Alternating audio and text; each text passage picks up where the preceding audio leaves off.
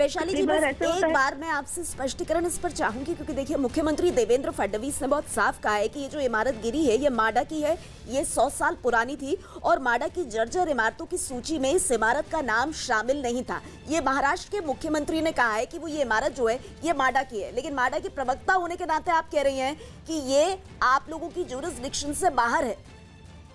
जी, मैंने पहले ही आपसे कह दिया है कि माडा के जुरिसडिक्शन में इमारत नहीं आती है, क्योंकि ये जो एरिया है यहाँ पे माडा की इमारतें हैं। माडा सेस प्रॉपर्टीज देखती है और सेस प्रॉपर्टीज की इमारतें उस एरिया में हमारे 2-3 इमारतें हैं, और जहाँ पे जो इंसिडेंट हुआ है वहाँ पे पहुँचने के लिए बहुत ही नैरो लेन है। हमारे प्राइमा फेसी हमारे ऑफिसर्स वहाँ नहीं पहुँच पाए, मगर हमारी वहाँ इमारतें होने के बावजूद इसलिए पता ऐसे अंदाजा लगाया गया था कि वहाँ पे हमारी ये बिल्डिंग है, मगर जो इमारत धंस गई है, गिर गई है, वो माडा के जुरिसडिक्शन में नहीं है, वो कहीं लोकल प्राइवेट ट्रस्ट के जुरिसडिक्शन में आती है। शुक्रिया आपका वैशाली जी इस पूरी जानकारी के लिए। तो अब तो इसी बात पर सवाल खड़ा हो गया है कि ये जो बिल्डिंग है ये किसके अधिकार क्षेत्र में आती है, लेकिन इस बीच देखिए राहत बचाव का काम किस तरह से मलबे के नीचे जो दबे हुए लोग हैं उनको बाहर निकाला जा रहा है। और अब भी अगर आप ये जो साइट है जहां पर ये इमारत भरभरा कर गिर गई, अगर इसकी तस्वीरें देखेंगे तो कहीं पर भी आपको कोई मशीन, कोई इक्विपमेंट, कोई क्रेन नजर नहीं आएगी, क्योंकि वहां इतनी जगह है ही नहीं। तो इसीलिए वहां पर बड़ी संख्या में आपको राहत बचाव कर्मी जो हैं, अलग अलग टीमों के सदस्य वो दिखेंगे हाथ से मलबा हटाते हुए, रेस्क्यू ऑपरेशन आगे बढ़ाते हुए। इमारत के गिरने के बाद जो है रेस्क्यू ऑपरेशन बहुत ही तेजी के साथ चलाया जा रहा है। मैं इस वक्त सीधा जहां विवाद गिरी है उस स्पॉट पे हूं। आप देखिए एनडीआरएफ की टीम है, साथ में फायर ब्रिगेड की टीम है, मुंबई पुलिस के लोग मौजूद हैं और साथ ही साथ स्थानीय लोग जो हैं हाथ यहाँ पे बटा रहे हैं कि जल्द से जल्द रेस्क्यू ऑपरेशन करके लोग जो उसमें दबे हुए हैं उन्हें निकाला जा सके, क्योंकि उम्मीद ये जताई जा रही है। फायर ब्रिगेड देखिए और एनडीआरएफ लगातार जो है कोशिश ये कर रहे हैं कि जल्द से जल्द जो रेस्क्यू ऑपरेशन में तेजी लाई जाए। 3 टीमें एनडीआरएफ की लगी हुई हैं, फायर ब्रिगेड की टीम है और साथ ही साथ मुंबई पुलिस के जो लोग हैं वो हर कोई जो है इसमें जुटा हुआ है। और ये बिल्कुल बिल्डिंग के नजदीक का नजारा आप देखिए, जहां से इमारत गिरी है उसके बगल में भी इमारत है, वो भी आप उससे अंदाजा लगा सकते हैं कि कितनी जर्जर इमारत रही होगी। हालांकि महाडा का कहना है कि नोटिस दिया गया था, लेकिन फिर भी 3 से 4 दुकानें नीचे थी, 5 से 7 फैमिली जो है वो इसमें रह रही थी, और इस वजह से जो है इमारत में 10 से 15 मिनट की बारिश हुई और बारिश के बाद जो है इमारत अचानक से भरभरा कर गिर गई और इसके चलते जो लोग हैं उसमें दबे हुए हैं। हालांकि कुछ लोगों को जिंदा निकाला गया है, लेकिन 3 से 4 मौतें हो चुकी हैं। इस वक्त आप देखिए यहाँ पर तमाम जो स्थिति आप देखिए, हर कोई इसमें जुटा हुआ है रेस्क्यू ऑपरेशन में, क्योंकि जो दबने के लोगों की खबर है वो जो है आप समझ सकते हैं कि जल्द से जल्द लोगों को बचाया जा सके और जल्द लोगों को निकाल के अस्पताल में उसको ट्रीटमेंट दिया जा सके, जान बचाई जा सके। इसलिए तमाम जो लोग हैं वो लगे हुए, स्थानीय लोग आप देखिए पूरी गली भरी हुई है, इसलिए क्योंकि यहाँ पे रेस्क्यू ऑपरेशन लगातार चला है। आप देखिए ये तमाम चीजें हैं उठाकर बाहर की जा रही हैं, मदद की जा रही है। तमाम जो लोग हैं इलाके के वो मदद कर रहे हैं एजेंसियों का, ताकि जो लोग इसमें दबे हुए हैं वो जो है जल्द से जल्द उन लोगों को निकाला जा सके। और इस तरह की स्थिति जो है, महाडा का कोई अधिकारी अभी मौके पर नहीं पहुंचा है, महाडा की बिल्डिंग थी ऐसा कहा जा रहा है, और साथ ही साथ ये भी बताया जा रहा है कि नोटिस दिया गया था वैकेंट करने के लिए, लेकिन इसके बावजूद जो लोग हैं वो जो है उसमें कुछ लोग रह रहे थे।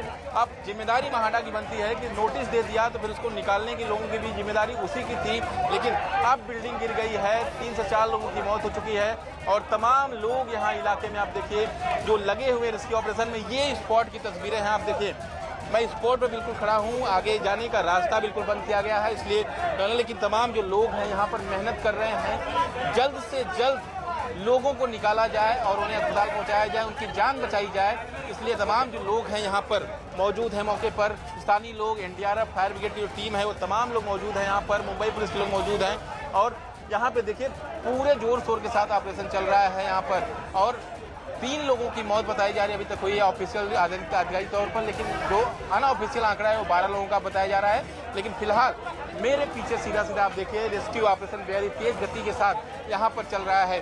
3 से 4 दुकानें इस पूरी इमारत में थी, जो मैट्रेस की दुकान थी और एक बताया जा रहा है कि मदरसा था वहाँ पर। हाँ, और जैसे आप देखिए तमाम जो लोग हैं यहाँ पर वो पूरा जो है पूरी कोशिश कर रहे हैं, पूरी मेहनत के साथ लगे हुए हैं ताकि रेस्क्यू ऑपरेशन करके लोगों को निकाला जा सके। तो यहाँ पे स्थिति फिलहाल ये है कि पूरा जोरी तौर से जो है रेस्क्यू ऑपरेशन चल रहा है और अब देखने वाली बात होगी कि कितने लोग यहाँ पे जिंदा निकाल पाए थे इस मेहनत के चलते और कितने लोग मौत, क्योंकि इमारत जो है वो करीब ग्राउंड +4 की बताई जा रही है। जाहिर सी बात है यहाँ पे स्थिति जो है देखिए, यहाँ पे पूरा हंगामा आपको नजर आ रहा होगा क्योंकि स्थिति ऐसी है इस वक्त, बहुत ही स्थिति खराब है। यहाँ पे आप देखिए तमाम लोग लगे हुए हैं, पूरी कोशिश कर रहे हैं हंगामे के साथ करके। कैमरामैन विनायक दलवी के साथ दिवाकर सिंह, न्यूज़ इंडिया, मुंबई।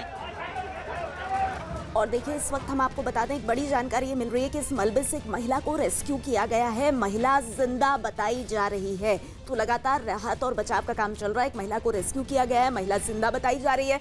लेकिन ये जो भयंकर हादसा हुआ है मुंबई के डोंगरी इलाके में, इसको लेकर लगातार प्रतिक्रियाएं भी आ रही हैं, सुनते हैं। कांग्रेस के राज्यसभा सांसद हुसैन दलवाई साहब हैं जो मुंबई में रहते हैं, इस वक्त यहाँ पर संसद में हैं। दलवाई साहब, डोंगरी इलाके में एक बिल्डिंग कोलैप्स हुई है और उसमें कई लोग दबे हुए हैं, दर्जनों लोग दबे हुए हैं। ये तो हर वक्त यही होता है। इसका कारण ऐसा है कि डोंगरी इलाका, वो लालबाग है, परेल है, ये इलाके पुराने हैं, वहाँ इमारतें पुरानी हैं। उसके ऊपर जो ध्यान देना चाहिए उसके लिए बोर्ड है, सब कुछ है, लेकिन ठीक ढंग से अधिकारी वर्ग देखता नहीं। जो ऐसी इमारतें हैं वो खाली करना, दूसरों उनका रिहेबिलिटेशन करना, ये जो होना चाहिए वो होता नहीं, इसलिए ऐसे हादसे होते हैं, बेचारे लोग मरते हैं। ये बिल्कुल कहाँ न कहाँ अधिकारी वर्गों का ये नज़रअंदाज करने का जो तरीका है वो बिल्कुल गलत है। उनको कहाँ ऐसे जहाँ जिम्मेदारी पूरी तरह से उनके ऊपर डाल के ऐसे लोगों के ऊपर कार्रवाई होना बहुत ज़रूरी है। दुर्भाग्य की बात है, ऐसी कार्रवाई होती नहीं। कहाँ आज लोग जल के मरते हैं, कहाँ बाढ़ में मरते हैं, मैनहोल में गिरते हैं, ये सारी बातें जो होती है। तो रास्ते में खड्डे होते हैं इसलिए एक्सीडेंट्स होते हैं ये, और लेकिन बेचारों लोगों की जाने जाते हैं। लेकिन ये बीजेपी शिवसेना के वहाँ सरकार होने के बावजूद भी वो कुछ नहीं करते। हमारे साथ राजबब्बर साहब हैं। राजबब्बर साहब, मुंबई में आप इतने अरसे से रह रहे हैं, दशकों से रह रहे हैं, कर्मभूमि आपकी है वहाँ पर। डोंगरी में एक बिल्डिंग कोलैप्स हुई और कहा जा रहा है कि दर्जनों लोग उसके नीचे दबे हुए हैं। देखिए, ये दुख भरी खबरें हर बार हर बरसात में सुनने को मिलती हैं। अगर कोई नहीं सुन पाता है तो प्रशासन है। वहाँ की जो एक बीएमसी ने स्वयं ही कई ऐसी बिल्डिंगों को चिन्हित किया हुआ है कि जो टूटने वाली है, जो गिर सकती है, लेकिन उसके बावजूद जो है प्रशासन और चुने हुए व्यक्ति जो हैं कहीं ना कहीं कुछ ऐसी प्रैक्टिस में आ जाते हैं। और इसमें बहुत सारे लोगों की इच्छा होती है। एक इच्छा तो उस गरीब की होती है जो उसमें रह रहा है, क्योंकि वो उसकी समझ में नहीं आता कि उसका घर टूट जाएगी, बिल्डिंग टूट जाएगी तो वो कहाँ रहेगा। तो मुंबई में ये मौत की इबारत जहां मलबे से 7 लोगों को फिलहाल निकाला गया है। एक महिला का भी रेस्क्यू किया गया, महिला जिंदा बताई जा रही है। एक बच्ची को भी इस मलबे से बाहर निकाला गया है। सबसे बड़ी चुनौती ये आ रही है, जैसे कि तस्वीरों में हमारे संवाददाता भी दिखा रहे थे, हमारे संवाददाता विवेक ने दिखाया किस तरह से गैस कटर जैसे जो इक्विपमेंट्स हैं, औजार हैं, उन्हें साइट तक पहुंचाने में, यानी जहां पर यह मलबा गिरा है, सबसे ज्यादा दिक्कत आ रही है। क्योंकि गलियां बहुत संकरी हैं, सड़कों का नामो निशान नहीं है, घर बहुत चिपक कर बने हुए हैं। और ऐसे में ये देखिए, स्निफर डॉग्स की मदद से कोशिश की जा रही है कि मलबे में कहां लोग दबे हुए हैं इसका एक आइडिया लग सके। हाथ से मलबे के टुकड़े हटाए जा रहे हैं। ये डोंगरी इलाका है। अभी थोड़ी देर पहले एक बच्चे को बचाया गया, रेस्क्यू किया गया, लेकिन जिस गति से काम चल रहा है उसकी वजह से चिंताएं काफ़ी ज़्यादा हैं। एनडीआरएफ की 3 टीमें जो मौके पर मौजूद हैं। ये एक अवैध इमारत थी, 4 मंजिला अवैध इमारत, जो आज सुबह 11 बजे अचानक गिर गई, भरभरा कर गिर गई। और सवाल इसको लेकर के भी उठ रहे हैं। हालांकि जो माडा की प्रवक्ता है उन्होंने हमसे थोड़ी देर पहले, जो पीआरओ हैं, उन्होंने थोड़ी देर पहले बातचीत में कहा कि ये बिल्डिंग जो है ये माडा की देखरेख में नहीं आती है, माडा के अधिकार क्षेत्र में नहीं है। हालांकि अभी कुछ ऐसे डॉक्यूमेंट्स भी सामने आए, खासतौर पर बीएमसी की एक चिट्ठी जिसमें कहा गया है कि ये जो बिल्डिंग है ये माडा सेस बिल्डिंग के तौर पर इसको देखा गया है। तो ऐसे में क्या माडा का अधिकार क्षेत्र इस पर बनता है या नहीं, ये तमाम तरह के सवाल यहाँ खड़े होते हैं।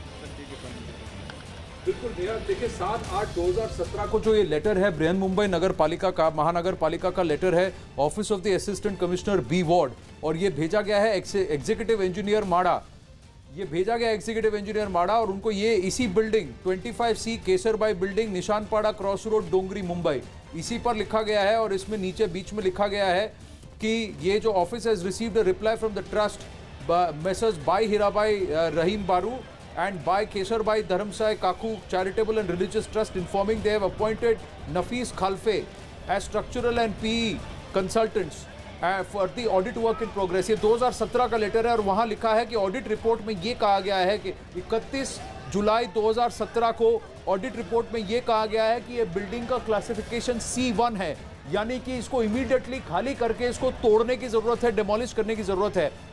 और फिर लिखा गया है कि it is now learned to the office that the said Kesarbai building is a Madha cess building। Madha cess building, ये लिखा गया है कि ये जो बिल्डिंग है ये माढ़ा सेस बिल्डिंग है, तो माढ़ा की जिम्मेदारी बनती है कि इस पर काम करे। It is confirm that executive engineer Shri Devkar on 3rd August 2017 that Kesarbai building is a cessed property.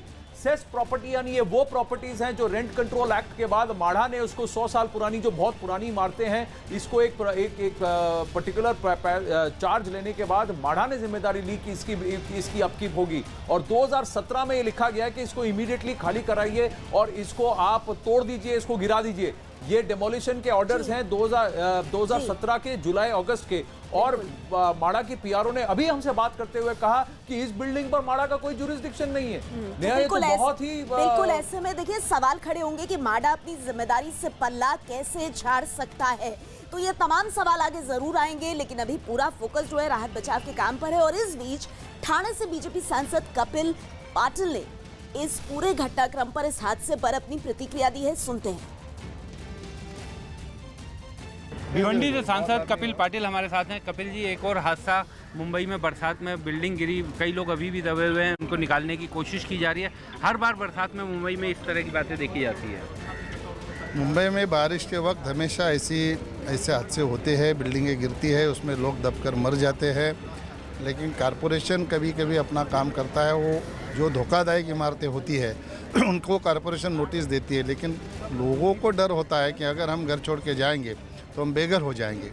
जो घर मालिक के साथ उनका एग्रीमेंट रहता है, वो जब तक उनको एग्रीमेंट में लिख के फिर से नहीं देगा कि ये बिल्डिंग दोबारा बनने के बाद आपको घर मिलेगा, तब तक वो जाने के लिए तैयार नहीं होते और फिर बिल्डिंग गिर जाती है और ऐसा हादसा होता है, उसमें लोगों की जान जाती है। ये बहुत दुर्भाग्यपूर्ण बात है, इसके लिए दुख है।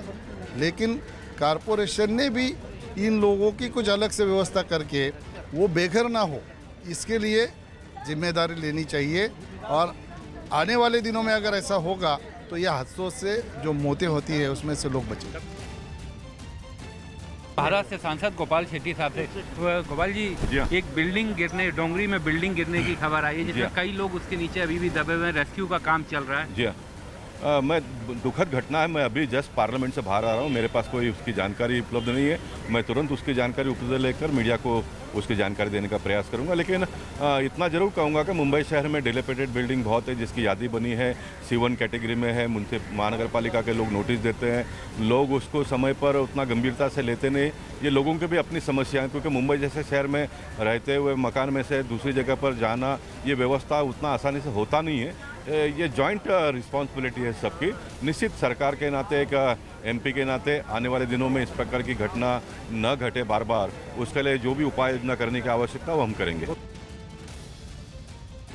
हमारे साथ हैं राव साहब, दानवे साहब। दानवे साहब, अभी खबर आ रही है डोंगरी में बिल्डिंग गिरी, कई लोगों के उसमें दबे होने की आशंका भी जताई जा रही है, रेस्क्यू का काम भी तेजी से चल रहा है। नहीं, महाराष्ट्र सरकार ने और कॉरपोरेशन ने रेस्क्यू का काम जोर से शुरू किया है। मैंने भी TV पे अभी देखा है, मैं दिल्ली में हूँ, लेकिन ऐसी घटनाएं बम्बई में जो होती है बहुत ही दुर्भाग्यपूर्ण है। कॉरपोरेशन हमेशा इसका सर्वे करती है, लेकिन इसके बाद भी लोगों का रिस्पांस चाहिए।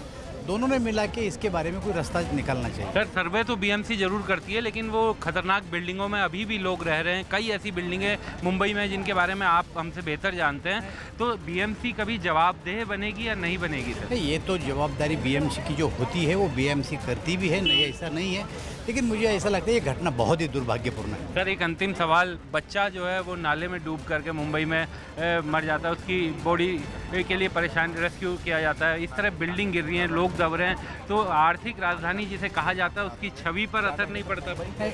मैं मानता हूँ कि ऐसा नहीं होना चाहिए, छवि के पर तो असर होता है ऐसी दुर्घटना के बाद, लेकिन कॉरपोरेशन को इसके बारे में बोला जाएगा। तो हम आपको बता दें, लगातार राहत और बचाव का काम चल रहा है। ये तस्वीरें हम आपको दिखा रहे हैं मुंबई के डोंगरी इलाके से, जहां पर हाथों से मलबा हटा करके लोगों को निकालने का काम जारी है। एक महिला को रेस्क्यू किया गया है, महिला जिंदा बताई जा रही है, एक बच्चे को भी रेस्क्यू किया गया है। और ये जो हादसा है ये अपने आप में मुंबई में मौत की इमारतों पर गंभीर सवाल खड़े करता है। 100 साल पुरानी ये बिल्डिंग, जिसको C1 कैटेगरी में रखा गया था, यानी कि ऐसी इमारतें जिन्हें तुरंत खाली करा करके तोड़ना जरूरी है, फिर भी ये इमारत वहाँ मौजूद थी, इसके भीतर लोग रह रहे थे और यह हादसा होने के बाद अब भी मलबे के भीतर लोग दबे बताए जा रहे हैं। तो ये स्थिति बनी हुई है। मलबे से 7 लोगों को निकाला गया है, जिसमें एक बच्ची, एक महिला भी शामिल है। उन्हें JJ अस्पताल पहुंचाया गया है और इसके अलावा NDRF की 3 टीमें जो मौके पर मौजूद हैं, दमकल विभाग की गाड़ियां